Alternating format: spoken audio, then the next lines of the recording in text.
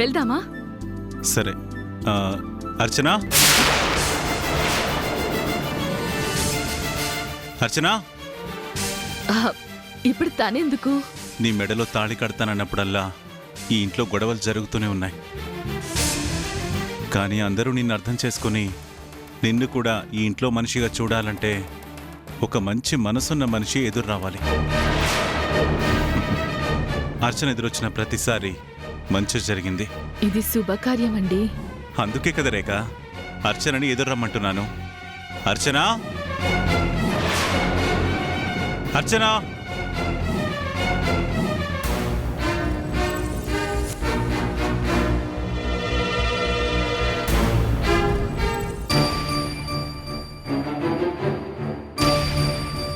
ఏంటండి? ఎదుర్రా అర్చన.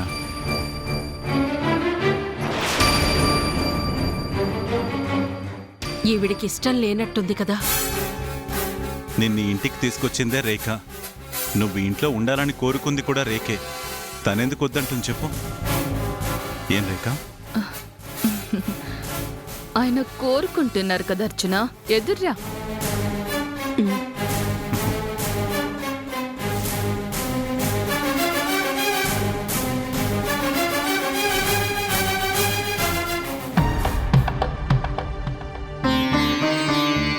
పద.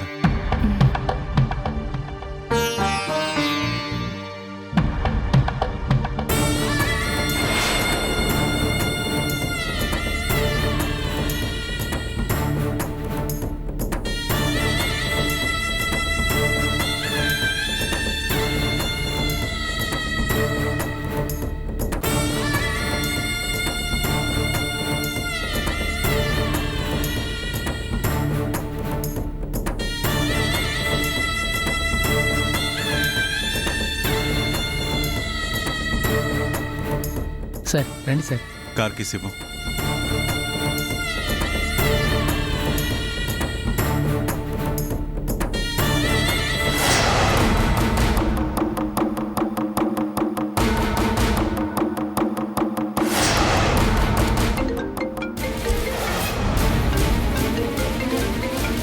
ఇప్పుడెవరండి?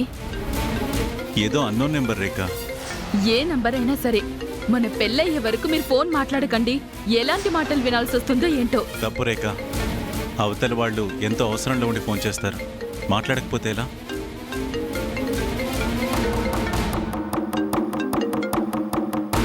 హలో, ఎవరు? నేను మీ పూర్ణని. ఎవరు? మీ పూర్ణనండి.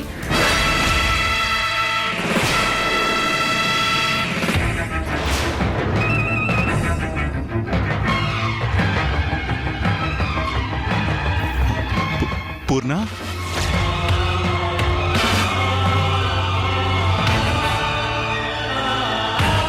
పూర్ణ, నువ్వు బతికే ఉన్నావా? ఉన్నానండి. మీకోసం ఆ దేవుడు మళ్ళీ నాకు ప్రాణం పోశాడు. అందుకే మీకు ఫోన్ చేశానండి. ఎంత మంచి మాట చెప్పావు పూర్ణ. నువ్వు ఇప్పుడు ఎక్కడున్నావు చెప్పు. ఇప్పుడే వస్తున్నాడు. నిన్ను వెంటనే నిన్ను చూడాలి. వద్దండి, నేనే వస్తాను కదా. ఎప్పుడొస్తావు పూర్ణ? తొందరలోనే వచ్చేస్తానండి. మళ్ళీ జన్మెత్తాను కదా. నేనొచ్చేసరికి మీరు, మన పిల్లలు ముగ్గురు నా కళ్ళ ముందుండాలి. మీరందరూ కలిసి నాకు స్వాగతం పలకాలి.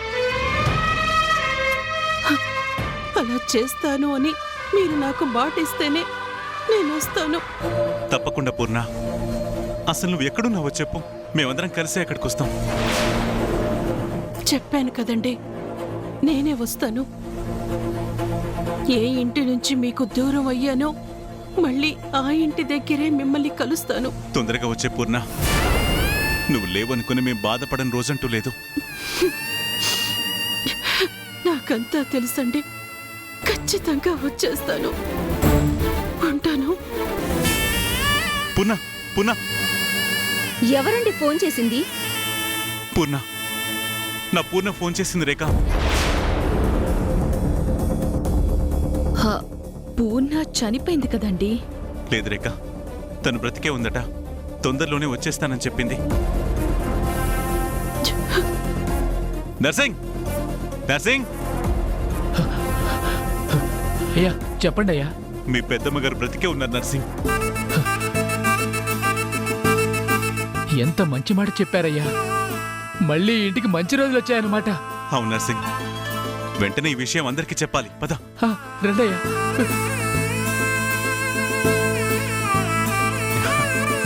సిద్ధు, స్వప్న, అందరూ ఇలా రండి, రండి.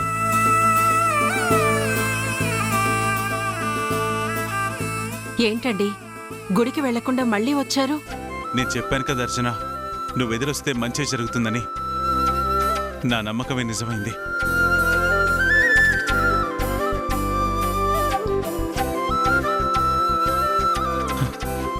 నా పూర్ణ బతికే ఉంది.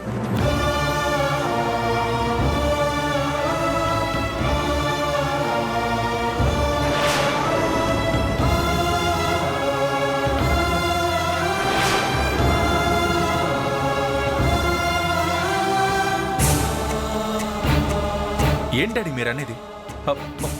మమ్మీ బతికే ఉందా? అవునరా.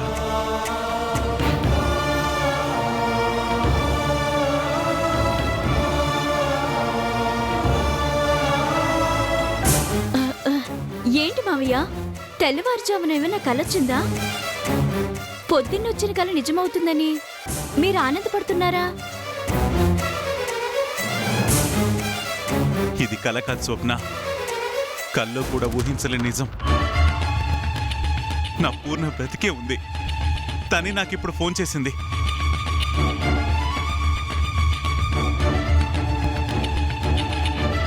ఎంత కరెక్ట్ టైంకి ఫోన్ చేసిందంటే, ఆ ఫోను గంట లేటే ఉంటే నేను రేఖ మెడలో తాళి కట్టేసేవాణ్ణి.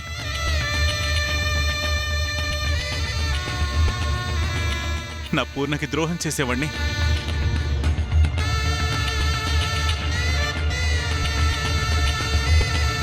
తప్పు జరగకుండా ఆగడానికి కారణం అర్చన ఎదురు రావడం వల్లే.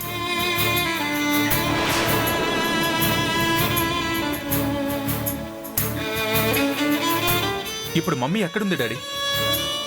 చెప్పలేదురా, ఇప్పుడిప్పుడే కోలుకుంటున్నాను, తొందరలోనే ఇంటికి వస్తాను, అప్పటికి తన పిల్లలందరూ ఇంట్లో ఉండాలని చెప్పింది.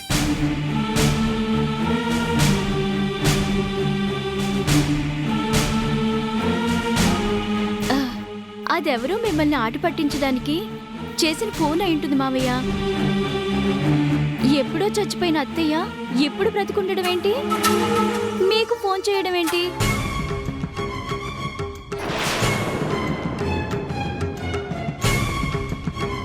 తప్పు స్వప్న.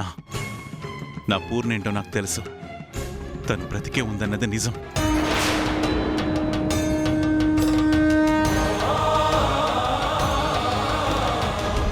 ఎలా అనుకుంటారండి? ఆవిడ బ్రతుకుంటే ఎంక్వైరీ చేసిన పోలీసులు చెప్పరా?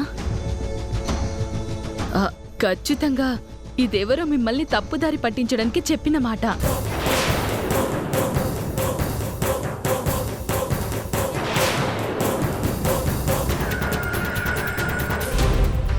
అవును డాడీ, ఎందుకైనా మంచిది పూర్తిగా తెలుసుకోకుండా కన్ఫర్మ్కి రావద్దు.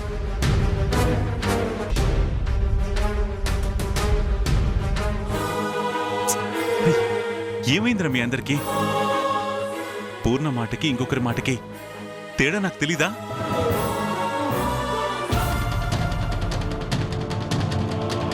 పోనీ మీరనుకునేది నిజం అనుకుందాం. పూర్ణ చచ్చిపోయినట్టు ఆనవాళ్ళు కూడా దొరకలేదు కదా. మరలాంటప్పుడు చచ్చిపోయిందని మనం ఎలా కన్ఫర్మ్ చేస్తాంరా?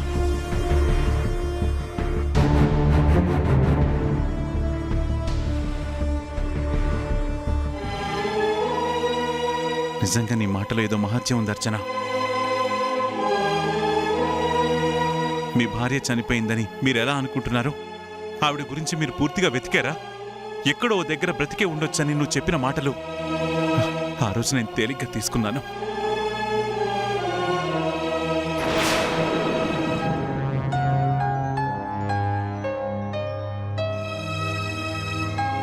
కానీ ఈరోజు నీ మాట నిజమైంది.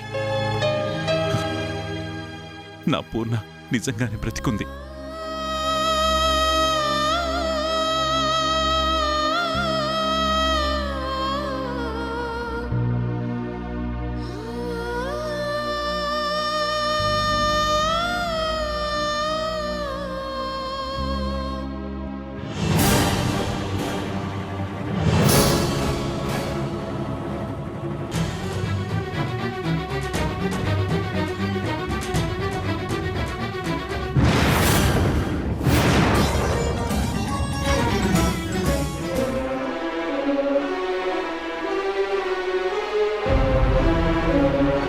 నన్ను క్షమించు పూర్ణ.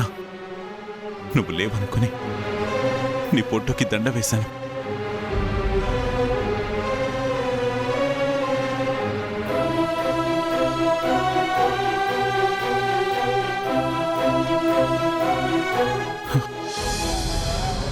నా పూర్ణ మళ్ళీ నా దగ్గరకు వచ్చేస్తుంది, మన ఇంటికి వచ్చేస్తుంది. ఈ ఇంటికి పోయిన కళ తిరిగి వచ్చేస్తుంది.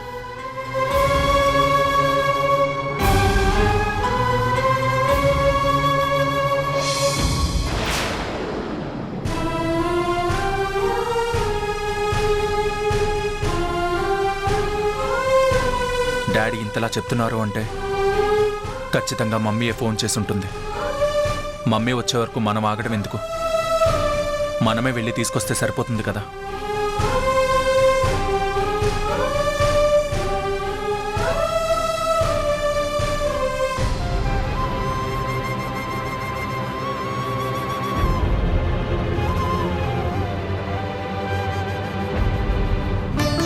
నిజంగా నువ్వు దేవతవమ్మా. పెద్దమ్మగారి స్థానంలోకి ఎవరైనా వస్తారేమోనని ఎంతో భయపడ్డానమ్మా. కానీ నువ్వు ఎదురు రావడం ఏంటి? సరిగ్గా అదే సమయానికి అమ్మగారు ఫోన్ చేయడం ఏంటి?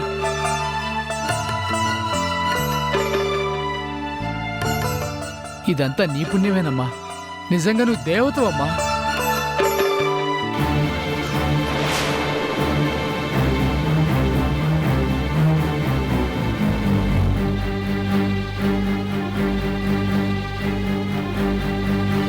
పూర్ణ బ్రతికే ఉందా? తన ఇంటికి వచ్చేసిందంటే ఆ కుట్రలో నేను కూడా ఉన్నానన్న నిజాన్ని చెప్పేస్తుంది. అప్పుడు నా పరిస్థితి ఏంటి?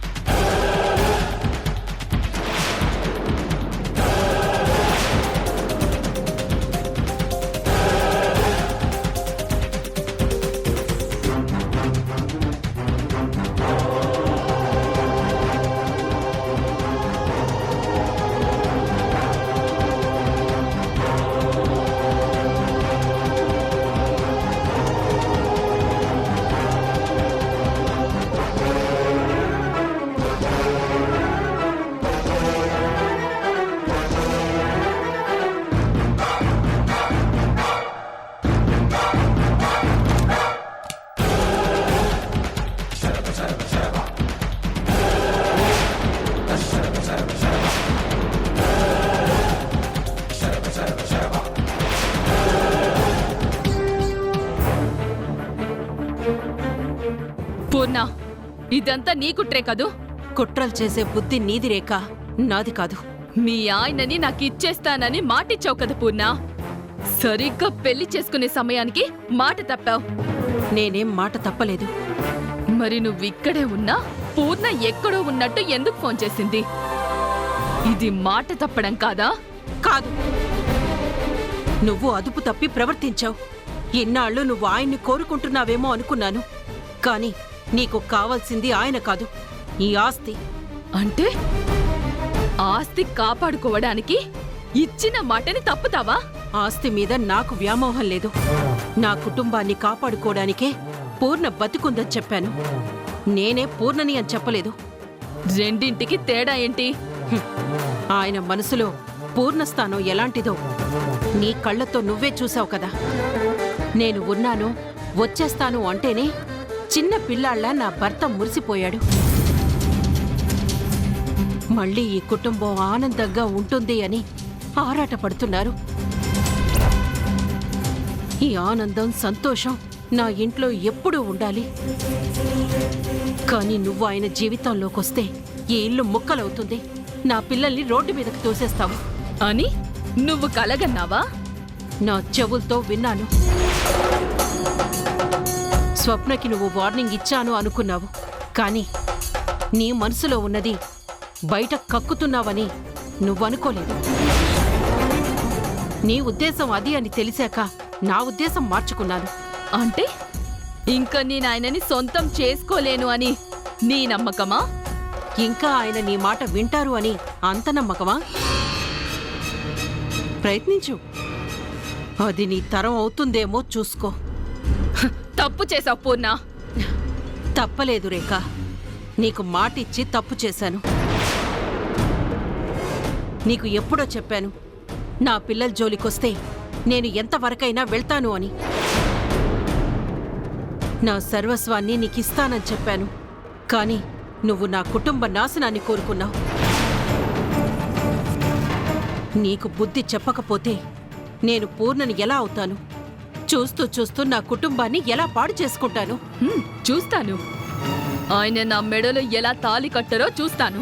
పొగటి కలలు కనకు రేఖ, పడ్డావంటే పళ్ళు రాలిపోతాయి.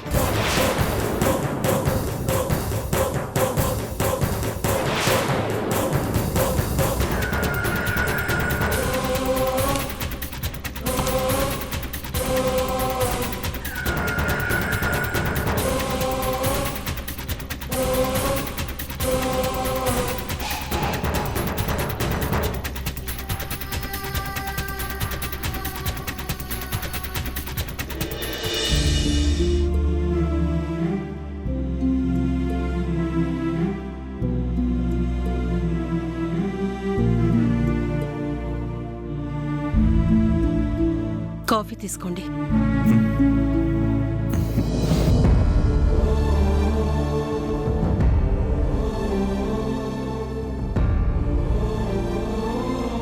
అర్చన, నువ్వు పూర్ణం చూడలేదు కదా? అదే ఫోటోలో తప్ప ఎదురుగా చూడలేదు కదా అంటున్నాను. నేనొచ్చేసరికి ఆవిడ లేదని మీరందరూ అనుకుంటున్నారు కదా? అవును అర్చన, కానీ చెప్పాను కదా, నీ మాట తీరు వంట అంతా పూర్ణలాగే ఉంటుంది. ఈ కాఫీ కూడా పూర్ణ చేతి కాఫీలాగే ఉంటుంది. పూర్ణ వచ్చాక నిన్ను పరిచయం చేస్తాను. తను నిజంగా ఆశ్చర్యపోతుంది. నా పూర్ణ ఎంత మంచి మనిషో నువ్వే చూస్తావు కదా. ఎందుకు? ఇప్పుడు మీ ఆనందాన్ని చూస్తేనే అర్థమవుతుంది. ఆవిడ రావటానికి మీరెంత ఆతృతగా ఎదురు చూస్తున్నారు. కానీ ఆవిడ రావటానికి ముందు మీరొక పని చేయాలి. ఏంటది? మీరే చెప్పారు కదా, ఆవిడింటికి వచ్చేసరికి మీ పిల్లలంతా ఆవిడ కళ్ళ ముందు ఉండాలి అని. అవునర్చన, సిద్ధు ఎలాగూ ఇంట్లో ఉన్నాడు. వర్షకి ఈ మాట చెప్తే తను ఆనందంగా వస్తుంది. అప్పుడైతే ఇద్దరే వస్తారండి. కానీ మీ భార్యకి ఎంతో ఇష్టమైన మీ పెద్ద కొడుకు రావాలి కదా. నువ్వు చెప్పేది నిజమే అర్చన. పూర్ణకి రఘు అంటే ఎంతో ఇష్టం. కానీ రఘు చేసిన పని వల్ల రఘుని ఇంటికి రానివ్వలేను. చూడండి, మీకు చెప్పే స్థాయి నాకు లేకపోయినా ఒక మాట చెప్తాను, వింటారా?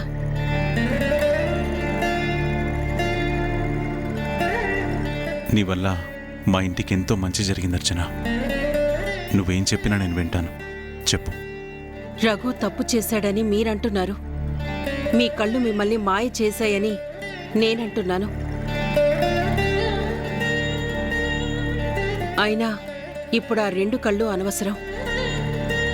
మీ భార్య ఇప్పుడు మళ్ళీ జన్మెత్తి ఇంటికి వస్తాను అంటున్నారు. ఆవిడ కోరిన మొదటి కోరిక ఇది. ఆవిడొచ్చేసరికి రఘు కనిపించకపోతే నా రఘు ఏడి అని అడుగుతారు. రేఖ విషయంలో రఘు ఇలా ప్రవర్తించాడని మీరామెకి చెప్పగలరా? చెప్తే ఆవిడ నమ్ముతారా? రఘు తప్పు చేశాడంటే పూర్ణ ఎటువంటి పరిస్థితుల్లోనూ నమ్మదు. రఘు అంటే పూర్ణకంత ప్రేమ. అది ప్రేమ కాదండి, తన పెద్ద కొడుకు మీద ఉన్న నమ్మకం. ఏం చేయమంటావు అర్చన? రఘుని మళ్ళీ ఈ ఇంటికి తీసుకురావాలి. రఘుని తీసుకొస్తే రేఖ ఊరుకుంటుందా? చూడండి, మీరు ఎంత అభిమానంగా చూసుకున్నా రేఖ పరాయి మనిషి, మీకే రకంగానూ సొంతం కాదు. ఇప్పుడు మీ ఇంటికొచ్చేది మీతో జీవితాన్ని పంచుకున్న మీ భార్య. ఆవిడ కోరుకుంటుంది తన కుటుంబాన్ని. ఆవిడ నిజంగా మీ అందరికీ సొంతం. మీ వల్ల రేఖకి అన్యాయం జరగలేదు. కాని రేఖ బాధపడుతుందని మీ కొడుకుని దూరం చేసుకుని మీ భార్యని బాధ పెడతారా?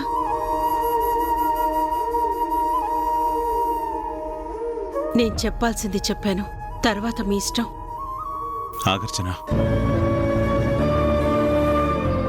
నువ్వేం చెప్పినా మా మంచి కోసమే చెప్తావని నాకు తెలుసు. రఘు విషయంలో నేనే తొందరపడ్డానేమో. సరే, వాడు ఎక్కడున్నాడో నీకు తెలుసా?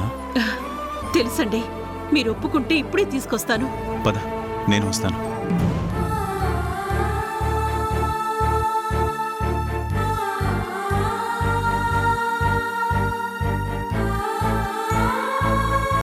ఎన్నాళ్ళు నా మీద ఆయనకి ప్రేమ ఉంది అనుకున్నాను, కానీ నా కోసం ప్రాణాలు తీసేంతలా మనిషిని కొట్టిస్తారు అనుకోలేదు. కొట్టించడం ఏంటి సీత? ఎవరి గురించి మాట్లాడుతున్నావు? రఘుని చంపడానికి నాన్న మనుషుల్ని ఏర్పాటు చేశాడంట. రఘు, నువ్వు గదిలోకి వెళ్ళి రెస్ట్ తీసుకో. అలాగే నాన్న. ఆగు.